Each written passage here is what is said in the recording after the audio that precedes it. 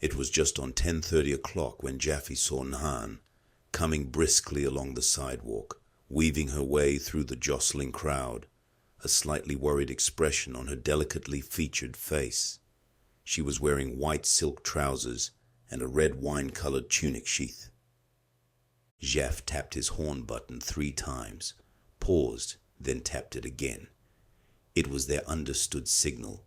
She immediately looked in his direction, and when she saw the red Dauphine, her face lit up, and she smiled. She started toward the car as Jaffe got out. It is a damn funny thing, Jaffe thought, as he stood by the car waiting for her, but every time I meet her, I get a real bang out of it. Nan ran up to him and looked up at him as he took her hand.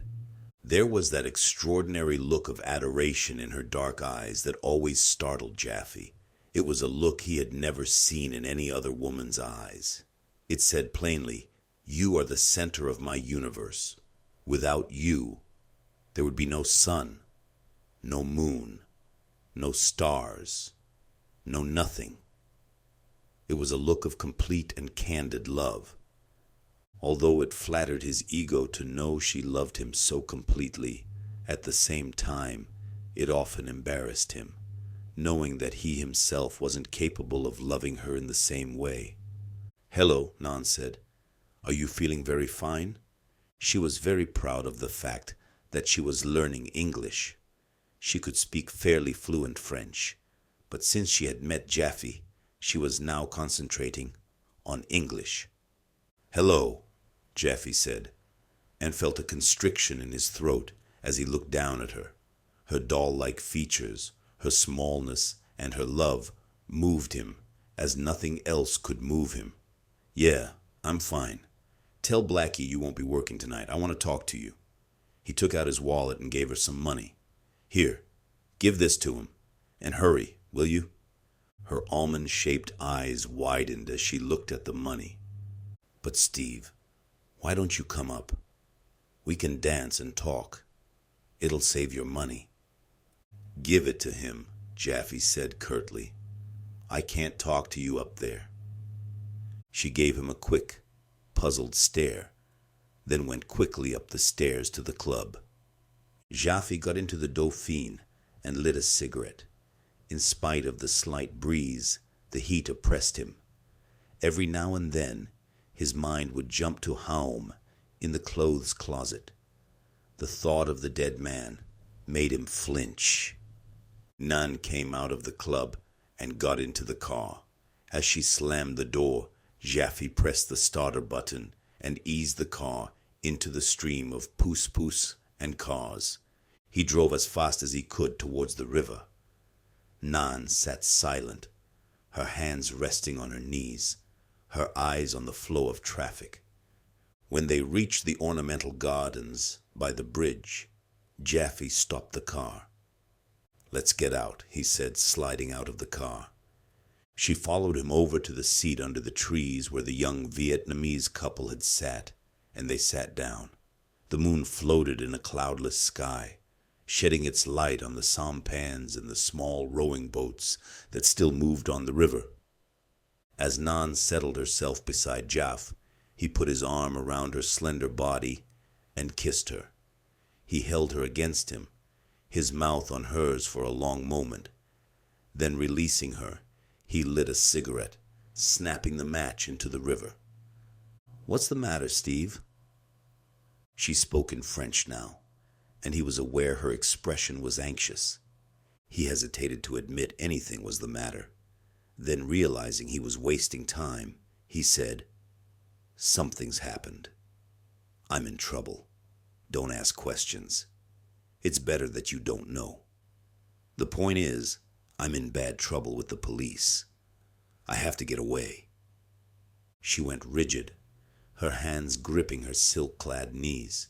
He could hear her quick breathing. He watched her, pitying her. As she didn't speak, he said, "It's bad, Nan. I've got to get out of the country somehow." She drew in a deep breath.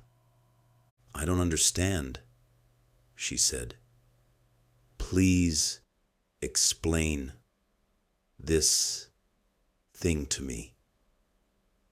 Something happened this afternoon. The police will be looking for me by tomorrow. What happened? Jeffy hesitated, then decided to tell her. The newspapers were certain to carry the story tomorrow or the day after. Then everyone would know. So he told her. Her fingers tightened on his wrist. But it was an accident, she said breathlessly. You must tell the police. It was an accident. He moved impatiently. They'll think I killed him. Don't you understand? I've got to get out, or I'm sunk. But it was an accident, she exclaimed. You must go to the police at once. They will be pleased when you give them the diamonds. Let us go to the police now. And she started to get up. I'm keeping the diamonds, and I'm not going to the police, he said in a hard, cold voice. She dropped back onto the seat. She lowered her head so he couldn't see her face. Don't you see? He said angrily. Once I get away, I can sell the diamonds. They are worth $1 million, probably more. It's a chance in a lifetime. I've always wanted to get my hands on really big money. She rocked herself to and fro in her agony of fear. If you run away, they will think you killed him, she moaned. You mustn't do it. No money is worth this. You must give them the diamonds. I did kill him, he said, growing impatient. I'm not such a fool as to risk a trial. They could put me in their stinking jail for years. We're wasting time. Somehow, I've got to get out. It'll take time to organize. I've got to find some safe place where I can hide. Do you know where I could hide? Hide? She lifted her head and stared at him. Terror made her look ugly. The words sparked off a panic that was pitiful to see. What about me? Are you going to leave me? I didn't say anything about leaving you. When I go, you'll come with me. But I can't. They won't give me permission to leave. No Vietnamese can leave the country. Besides, what will happen to my mother, my brothers, my uncle, if I did leave? Complications, Jaffe thought. Always complications. If you want to come with me, you'll have to leave them. But skip it. We'll solve that one when we have to.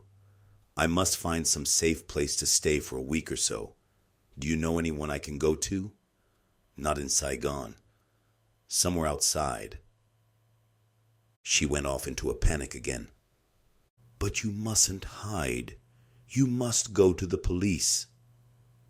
She began to beg him in a torrent of hysterical words to give up the diamonds, to go to the police, to tell them the truth. He let her run on for a minute or so. Then abruptly he stood up. She stopped speaking and watched him, terror making her eyes large and glistening in the moonlight. Okay, he said harshly. If you don't want to help me, then I'll find someone who will. I'm not going to the police, and I'm not giving up the diamonds. She shuddered and closed her eyes. He felt sorry for her, but at the same time irritated and impatient. She was wasting precious time. I shouldn't have told you about this, he went on. Come on, I'll drive you back to the club. You mustn't think any more about it. I'll find someone else to help me. She jumped up, and throwing her arms around his neck, pressing her slim figure against him, she clung frantically to him. I will help you, she said wildly. I'll come with you when you leave. I'll do anything you want. Okay, now relax. Sit down. If someone sees us... She instantly released him and sat down. She was shaking, and tears were running down her face. He sat by her side, not touching her, and waited. After a while she controlled herself, and she timidly put her hand in his. She said suddenly, My grandfather has a house in Tudalmot. You would be safe there. I think I could persuade him to have you." Jaffe drew in a long, deep breath. He put his arm around her and hugged her. "I knew you could help me," he said. "I was relying on you. It's going to be all right. In 3 or 4 months, you and I will be in Hong Kong. We'll be rich." She leaned against him, clutching his hand. He could feel she was still shaking. "I'll buy you a mink coat," he said. "That's the first thing we'll buy. And pearls. You'll look lovely in mink. You can have a car too. A car of your own."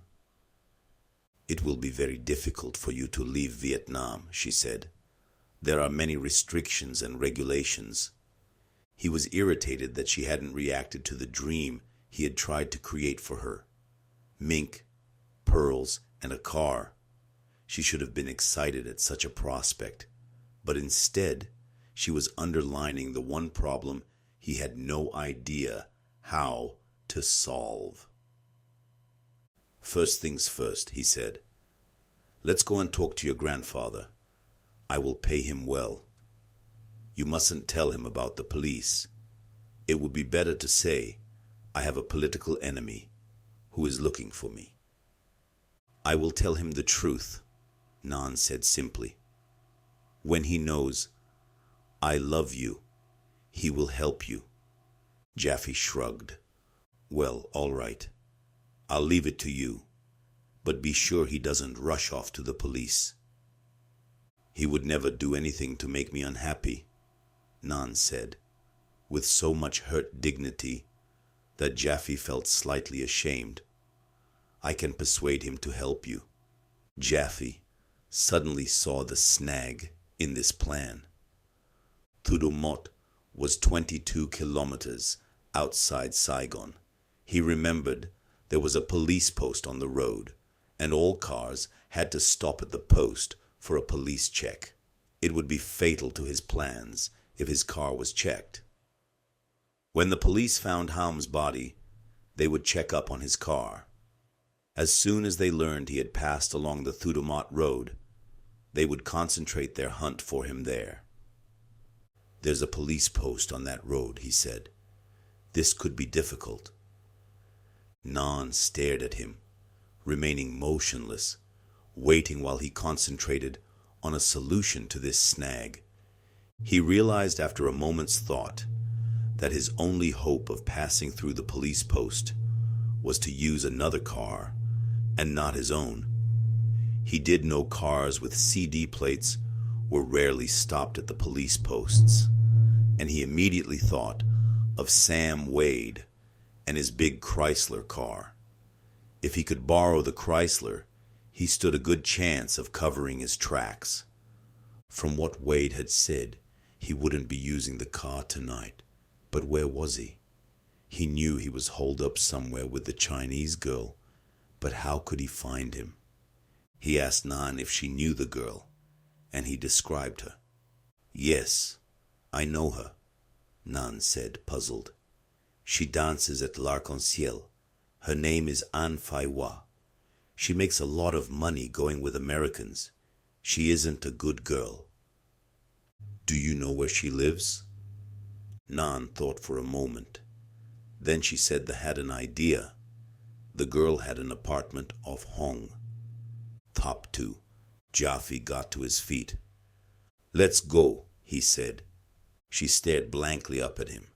"You want to see An Faiwa?" she asked indignantly.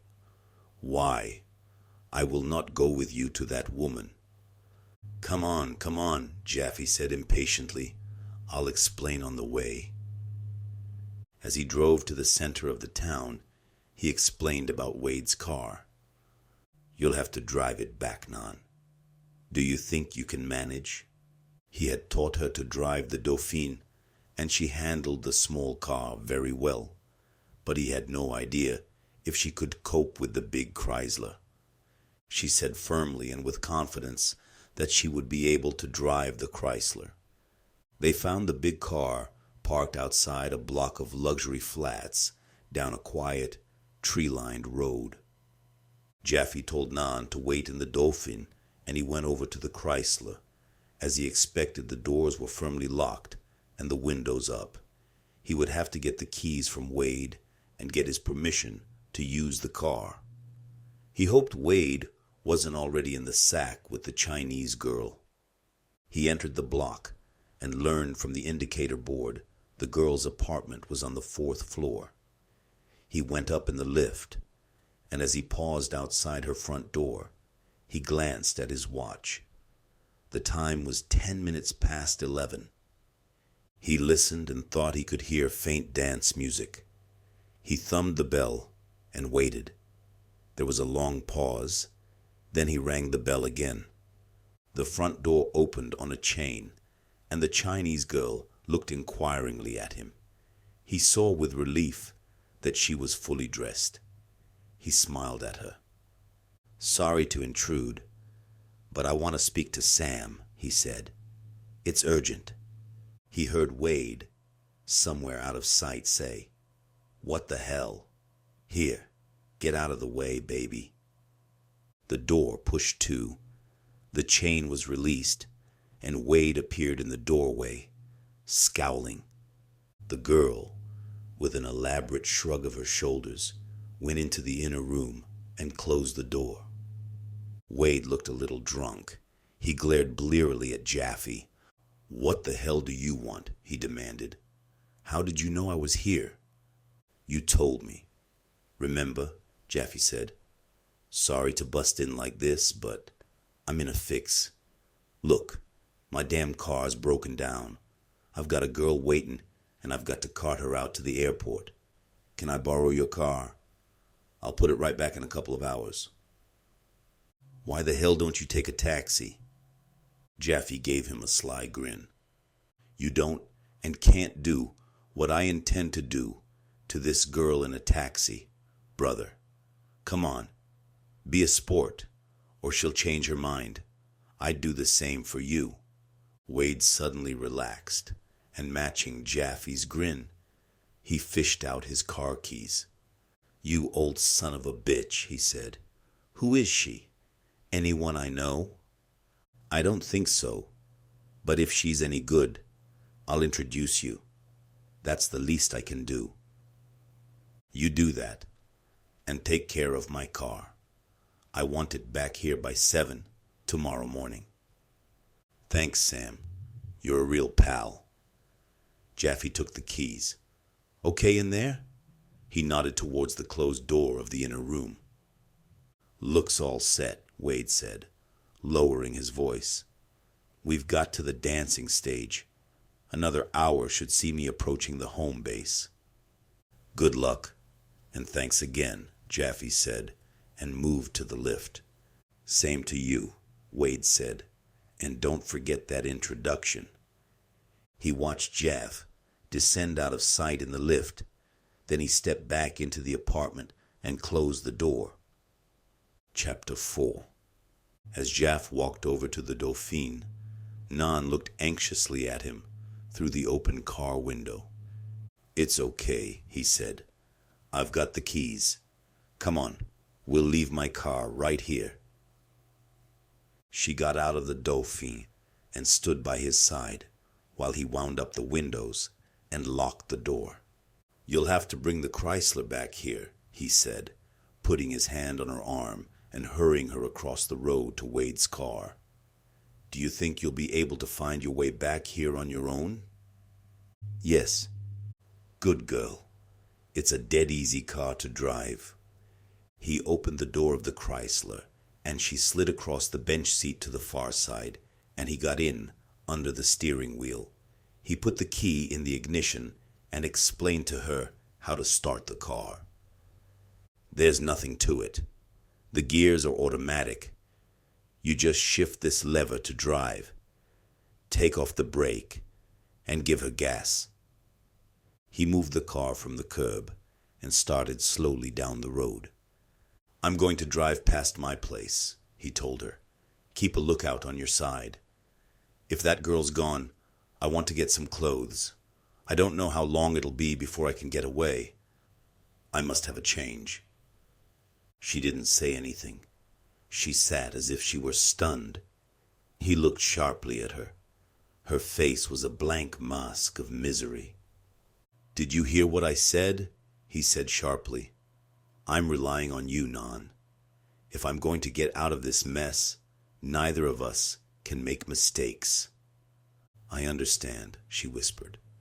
It took a few minutes to reach the street where he lived. As he turned into the dimly lit, tree-lined street, he said, "Watch out. You look right. I'll look left. She's wearing white." As he passed his small villa, he saw the place was in darkness. He could see no sign of anyone. "Okay?" he asked, slowing down. I saw no one. He swung the car into a side street and pulled up. "Wait here," he said. "I'll walk back and have another look. If it's still okay, I'll go in and pack a bag. I won't be longer than 10 minutes. Just wait here." He set off back to the corner, where he paused to look down the long, deserted street. Then, walking quickly, aware that his heart was beginning to thump, he advanced towards his villa. He thought, "This may be a stupid move. I could be walking into a trap. For all I know, that girl has called the police, and they've found Haum, and are waiting for me. But I've got to have a change of clothes and my shaving kit. I just don't know how long I'll be holed up in Thudamut." As he approached his villa, he looked searchingly for the girl or Dongham, but the street was empty. He paused at the gates and again looked to right and left. Then he gently lifted the latch, pushed open the gate, entered, and closed the gate behind him. He walked silently up the drive and to the back of the villa. Here he paused, keeping in the shadows, and looked across the courtyard to the servants' quarters. No light showed. The door to the cookhouse was closed. He thought, "They've got fed up with waiting. She's gone home, and he's gone to bed." He returned to the front door. Taking out his key, he unlocked the door and stepped into the stuffy darkness. He shut and locked the door, then paused to listen. There came no sound to alarm him, and without turning on the light, he groped his way up the stairs and to his bedroom. The door was locked as he had left it. He inserted the key, pushed open the door, and paused to listen. The cold air from the air conditioner came out and greeted him, cooling his sweating face. He entered the room, shut the door, and turned on the light. The room was exactly as he had left it, and he grinned sheepishly as he realized how frightened he had been on the way up the dark stairs. He looked at the clothes closet. His clothes were in there, and so was Haum.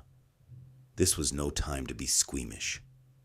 The quicker he got out of the villa and back to the Chrysler, the better. He took a leather and canvas holdall from the top of the closet and tossed it on the bed. Then he went into the bathroom, collected his toilet kit, soap, and 2 towels, which he put in the holdall. From his chest of drawers, he took handkerchiefs, socks, and 3 shirts. As he picked the shirts out of the drawer, he saw the gun. He looked at it for a long moment, startled. He had bought this gun from a newspaper man who had been in Saigon during the early air raids. He had told Jaffe he had taken the gun from a soldier who had been killed by bomb blast. "I'm going home now," the newspaper man said. "You never know in this place. A gun can come in very handy. You can have it for $20.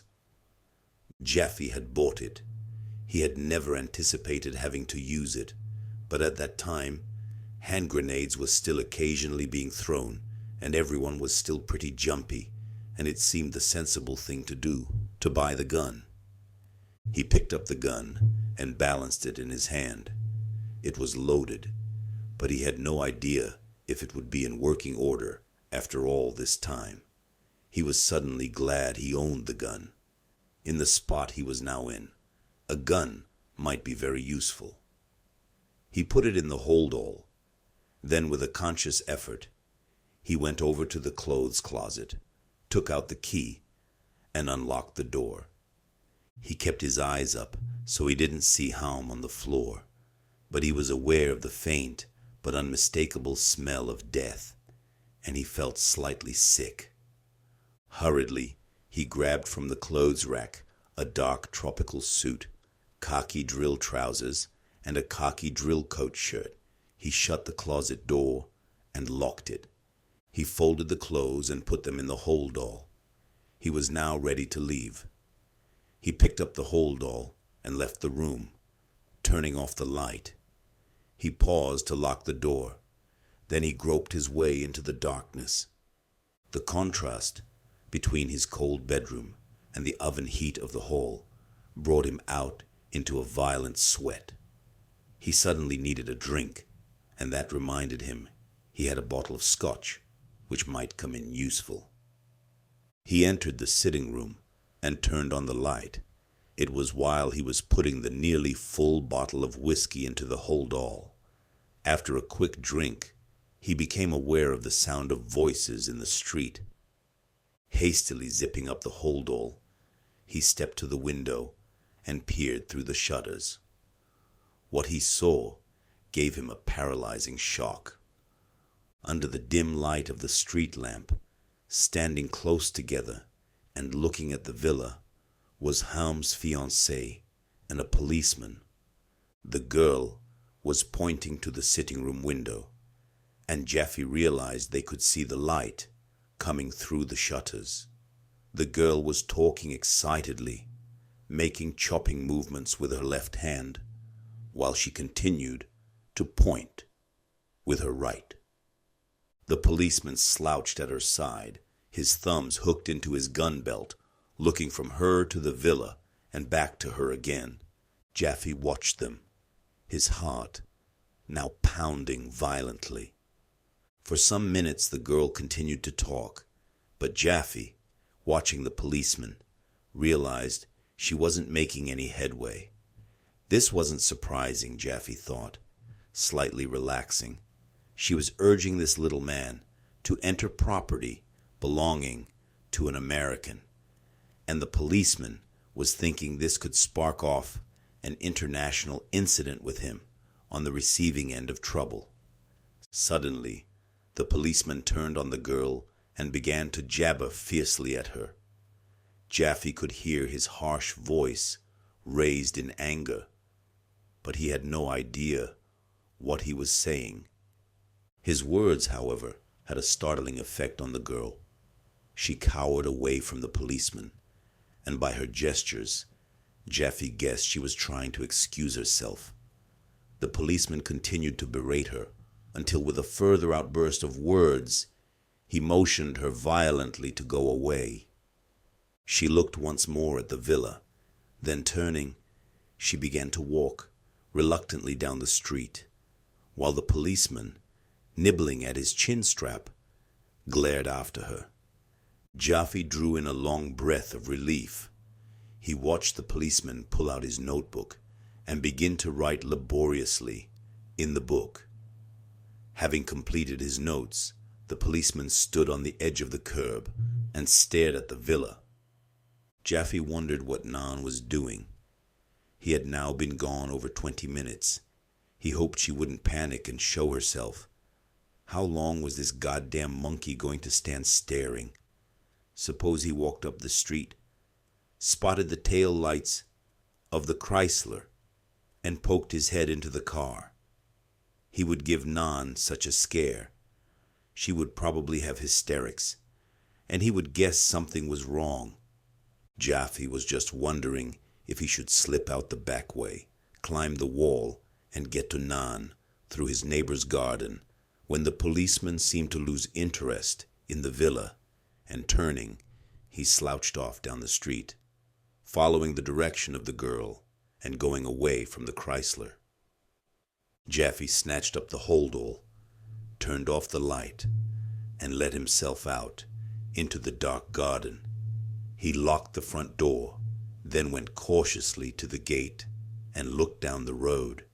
He could just make out the white figure of the policeman still moving away from him, and opening the gate, he ran silently to the Chrysler.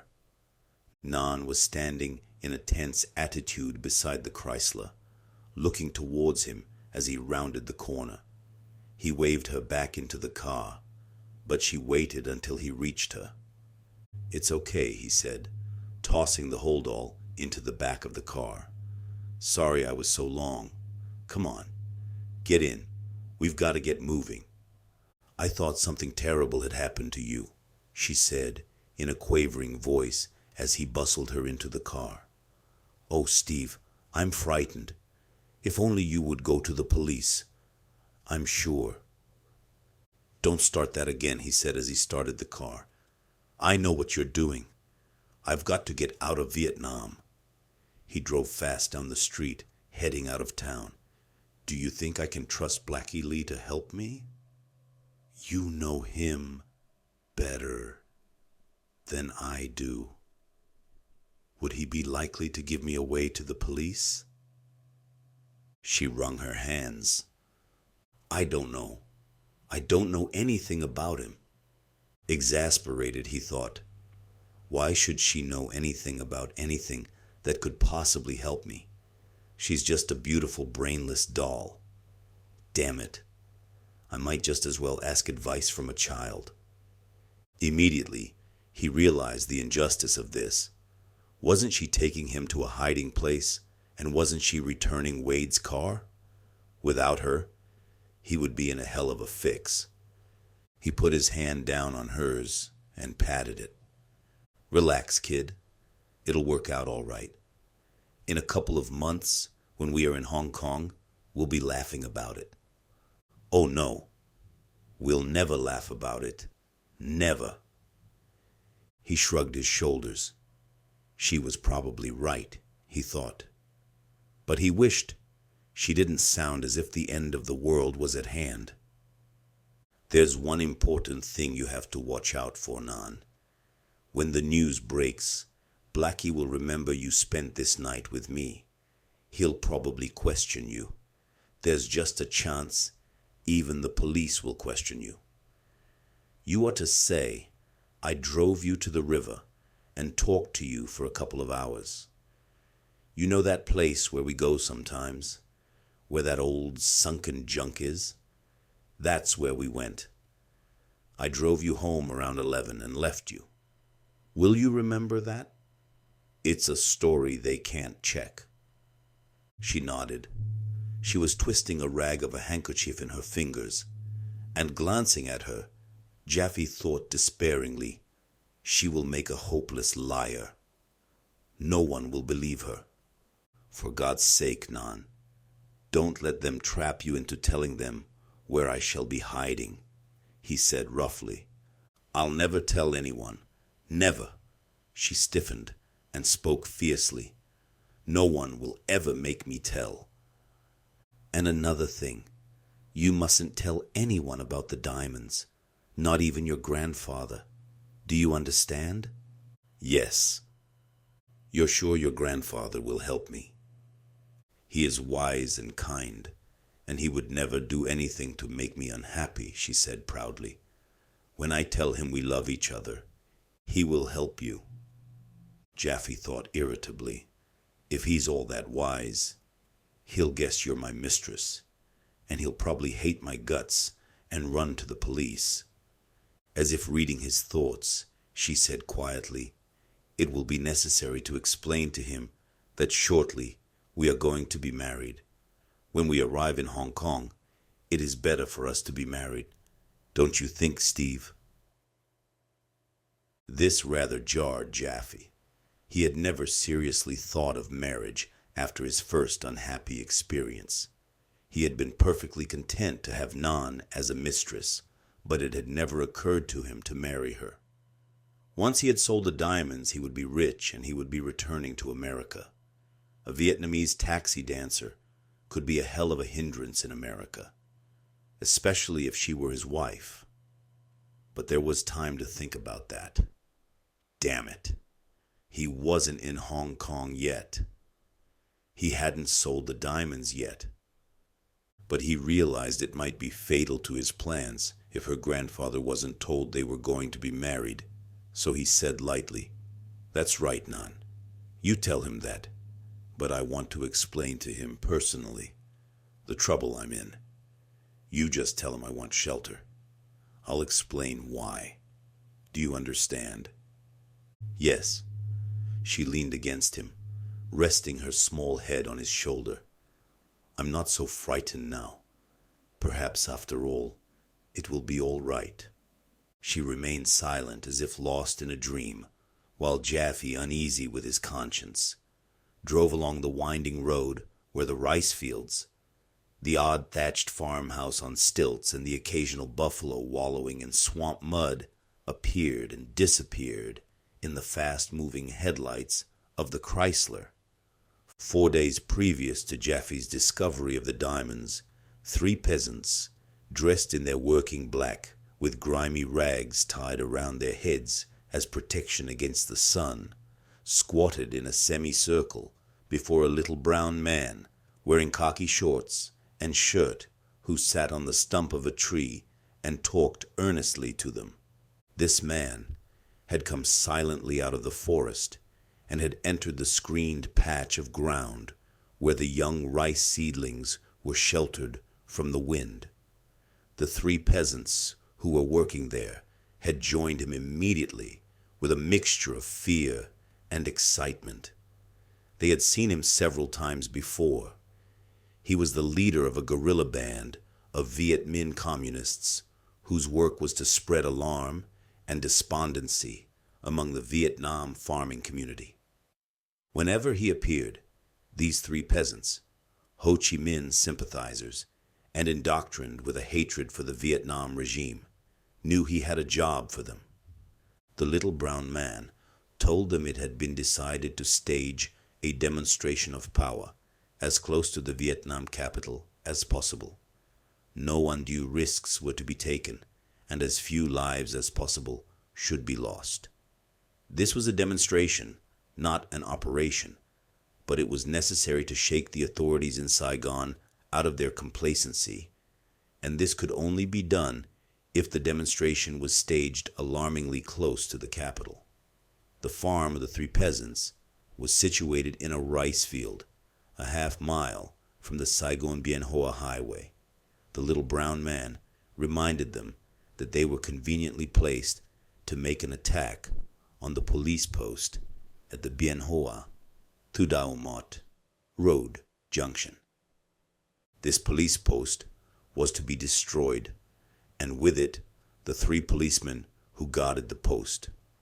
The demonstration was to take place on Sunday night at 15 minutes past 12. The day and time had been selected to ensure no passers-by nor vehicles would suffer. The 3 peasants, he went on, must work out for themselves how the job was to be done. It was a perfectly simple demonstration, but they were to remember the timing was important. When he had disappeared once more into the forest, after eating a bowl of rice with them, he left behind him a string bag containing 6 hand grenades.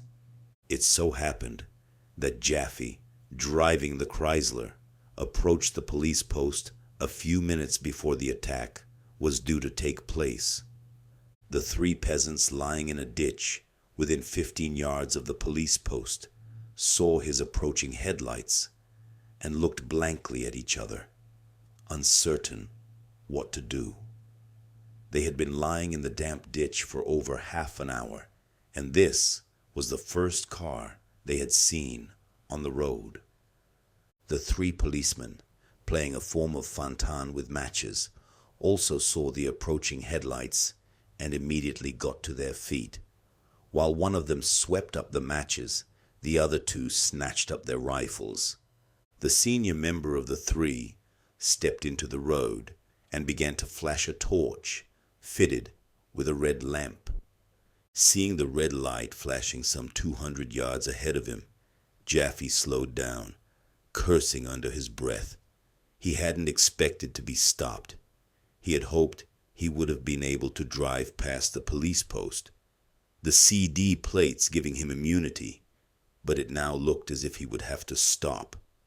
Questions would be asked if the police saw he had had a Vietnamese passenger, and to avoid complications, he told Nan to squat on the floor. He reached over the back seat and pulled his holdall on top of her, screening her from sight. He was rattled, and without considering the consequences, he took the gun from the holdall and pushed it under his thigh nearest the door. By now, the car was barely moving. The powerful headlights lit up the policeman who was pointing his rifle at the car. As Jaffe pulled up, the luminous hands of the cheap watch, being studied by one of the hidden peasants, showed exactly 15 minutes past 12. The other two policemen came out of the post and separated, one standing at the head of the car, the other at the tail. Both of them leveled their rifles at Jaffe, who could feel the sweat running down his face and hear the heavy thud of his heartbeats. As the policeman with the torch began to move towards Jaffe, one of the hidden peasants, with an indifferent shrug of his shoulders, pulled the pin from the grenade he was holding and lobbed it through the open window of the police post. He had been told to make the attack at exactly 12:15, and no one now could accuse him of disobeying an order. The grenade dropped onto the table at which the three policemen had been gambling and exploded. It went off with a blinding flash and a bang that woke many of the farm workers sleeping in their thatched huts in the neighborhood. A fragment of the grenade sliced into the neck of the policeman with the torch, cutting his jugular vein. The force of the explosion sent another of the policemen reeling against the shattered wall of the post. It also splintered the windshield of the Chrysler and knocked Jaffe half silly. The remaining policeman at the rear of the car, although shaken, threw himself face down in the road and began to crawl under the car. One of the peasants, seeing this move, rolled his grenade along the road and into the policeman's face. The grenade blew the policeman's head from his shoulders, and shrapnel tore the back tires of the Chrysler to ribbons. The third grenade was lobbed into the police post, killing the third policeman who had darted in there for cover and completed the destruction of the jerry-built building. Stunned and bleeding from a cut in his forehead from a flying stone, Jaffe sagged in his seat, too dazed to realize what had happened. The three peasants had risen cautiously from their hiding place and were surveying the scene in the bright moonlight with satisfaction mixed with apprehension. They were pleased to see the grenades had done the work so well, but it seemed that the European driver of this big American car had also suffered, and that would be a bad thing for them once the little brown man heard about it. Motioning the other two to stay where they were, the peasant with the watch, who was the leader of the band, moved forward cautiously. Jaffe saw a dark shape coming towards him. Keeping still, he eased the gun from under his thigh, and as the peasant came within 6 feet of him, Jaffe lifted the gun and fired at him. The .45 soft-nosed bullet smashed into the peasant's face, and he went over backwards like a shot rabbit. He lay in the glare of the car's headlights, so that his two companions saw with horror the brains, bone, and blood, all that was left of his head and face. Jaffe had no idea if there were any more of them out there in the darkness, and he crouched down in the car, peering just over the door. One of the peasants pulled the pin from a grenade and was about to lob the grenade at the car when his companion grabbed his arm. Unfortunately for them both, the one who had caught hold of the other was a slave to orders. He had been told to kill the 3 policemen, but to avoid hurting anyone else. His instinctive reaction was to stop the other from throwing the grenade.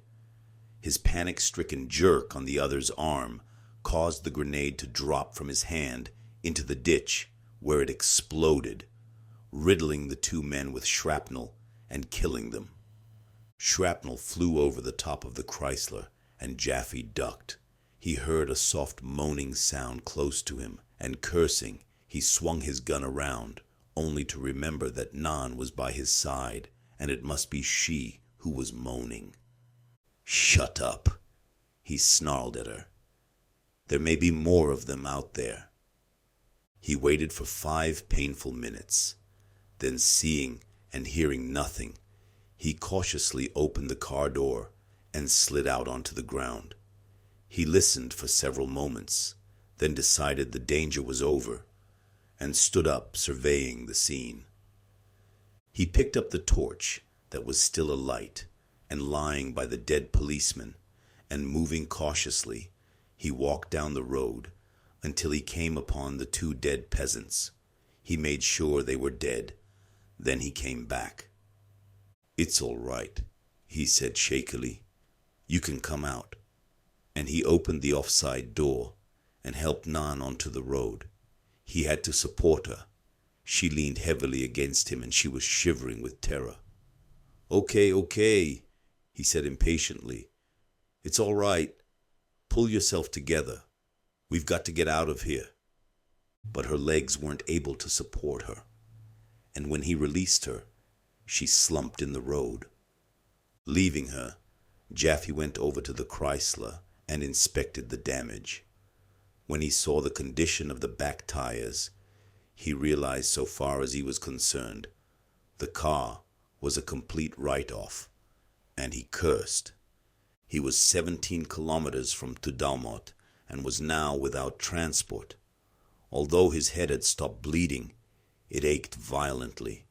He was badly shaken and shocked by the force of the exploding grenades. The thought of having to walk that distance made his heart sink. But he knew they would have to leave immediately. Any moment, someone might arrive to investigate.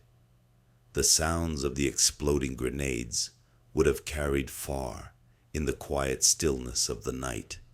He went back to where Nan was sitting in the road, holding her head between her hands, whimpering. He squatted down beside her. "The car's out of action," he said. "We'll have to walk. Come on, Nan. Pull yourself together. We've got to get going. Someone may come along any moment." He put his hand under her arm and hoisted her to her feet.